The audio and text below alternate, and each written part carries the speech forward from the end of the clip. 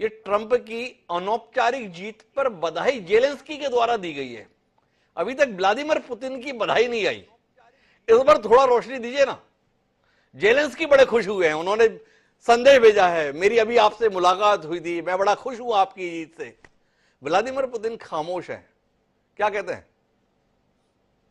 Doctor साहब, जहां तक रूसी राष्ट्रपति पुतिन की बात है, उन्होंने बधाई इसलिए नहीं दी क्योंकि हमें पता है कि चुनाव के कुछ दिन पहले ही बहुत बड़ा एक आरोप लगा था रूस पे कि वो चुनाव, अमेरिकी चुनाव को इन्फ्लुएंस करने की कोशिश कर रहे हैं, और कई वहां पे बम भी मिले जिसमें वहां की खुफिया एजेंसीज ने कहा कि उसका रूस के साथ है।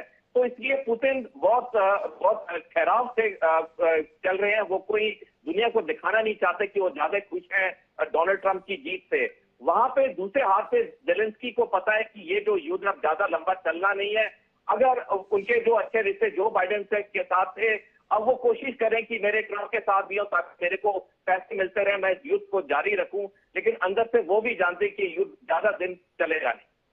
तो ज्यादा दिन चलेगा नहीं। कुल मिला के युद्ध की दृष्टि से एक शांति की उम्मीद विश्व पटल पर आ रही है ट्रंप की जीत के साथ में।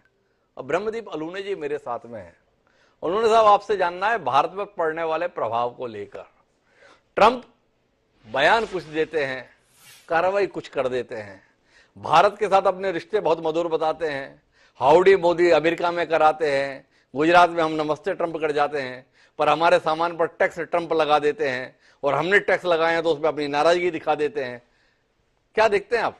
अब ट्रंप फिर आ रहे हैं, क्या करेंगे हमारे साथ? डॉक्टर साहब, बहुत धन्यवाद आपके कार्यक्रम में शामिल करने के लिए, और आपके शानदार सवालों का मैं मुरीद रहा हूँ हमेशा जी। देखिए, मैं बेपनाह बेइंतहा बेखौफ हूँ। मैं राष्ट्रवादी हूँ, मैं ट्रंप हूँ। मतलब आप राष्ट्रवाद का जो नारा है उसको उभारिए और सत्ता में आ जाइए। तो ट्रंप ने बहुत ही शानदार तरीके से जो जीत हासिल की है, और ट्रंप जिस प्रकार से अमेरिकन लोगों की पसंद बने हैं, लगभग वैसे ही मोदी जी भी भारत के लोगों की पसंद है। तो जब मैं ऐसा नहीं कहूंगा कि दोनों की समान जो अपने अपने देशों के लिए जो भी हो, लेकिन दोनों में बहुत सारी समानताएं नजर आती है, क्योंकि वो अमेरिकन ड्रीम्स की बात करके एक बार सत्ता में आते हैं, फिर अमेरिकन फर्स्ट को कहकर आते हैं। हमारे मोदी जी भी लाजवाब भारत और खुशहाल भारत को लेकर आते हैं।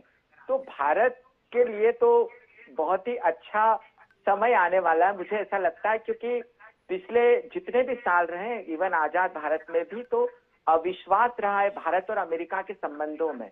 जैसे बाइडेन मोदी जी के गले मिलते हैं और फिर मानव अधिकारों को लेकर कनाडा के साथ मिल जाते हैं। मतलब भारत के साथ कैसे संबंध होंगे, वो डेमोक्रेट्स के दौर में बहुत ही अविश्वास बना रहा। लेकिन जो ट्रंप है वो भारत के लिए अच्छे इससे साबित होंगे, क्योंकि वो खुलेआम कहते हैं कि पाकिस्तान को मदद क्यों दें, पाकिस्तान तो आतंकवादियों का देश है।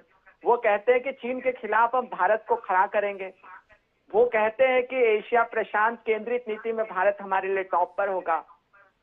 और फिर ट्रंप चाहे या न चाहे, लेकिन भारतीयों की जो काबिलियत है उसको आप नजरअंदाज नहीं कर सकते। माइक्रोसॉफ्ट में 35% आप काम करते हैं। मतलब किसी भी देश के लिए शिक्षा, स्वास्थ्य, रिसर्च, विज्ञान, ये बहुत बड़ी चीजें होती है। नासा में तकरीबन 35-36% भारतीय हैं। 22-23 हजार हमारे जो शिक्षक है वो अमेरिकन यूनिवर्सिटीज में पढ़ाते हैं। तो कुछ भी कहिए, हम विश्व गुरु है या नहीं है यह तो नहीं पता, लेकिन हम अमेरिका के गुरु जरूर हैं।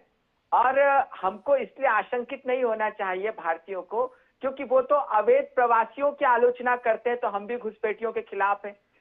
हमारे विद्यार्थियों को तो कोई वहां जाने से रोक नहीं रहा है। और जहां तक रोजगार की बात है, तो फिर हम आत्मनिर्भरता के इतने दावे करने लगे हैं कि हम अपने देश में ही रोजगार उत्पन्न कर देंगे।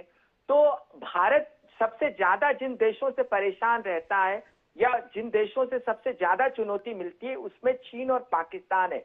तो उसके खिलाफ भारत है। अब दूसरी बात, जो सबसे महत्वपूर्ण भारत के पक्ष में ट्रंप का आना मुझे नजर आता है कि भारत को लेकर अमेरिका की आशंका पुतिन और मोदी जी की दोस्ती या भारत और रूस की दोस्ती पर आशंकित हो जाता है अमेरिका। बाइडेन कुछ बोलने चलते हैं, ब्लिंकेन कुछ बोलते हैं, लेकिन अब पुतिन, और जो सवाल भी पूछा था आपने, पुतिन और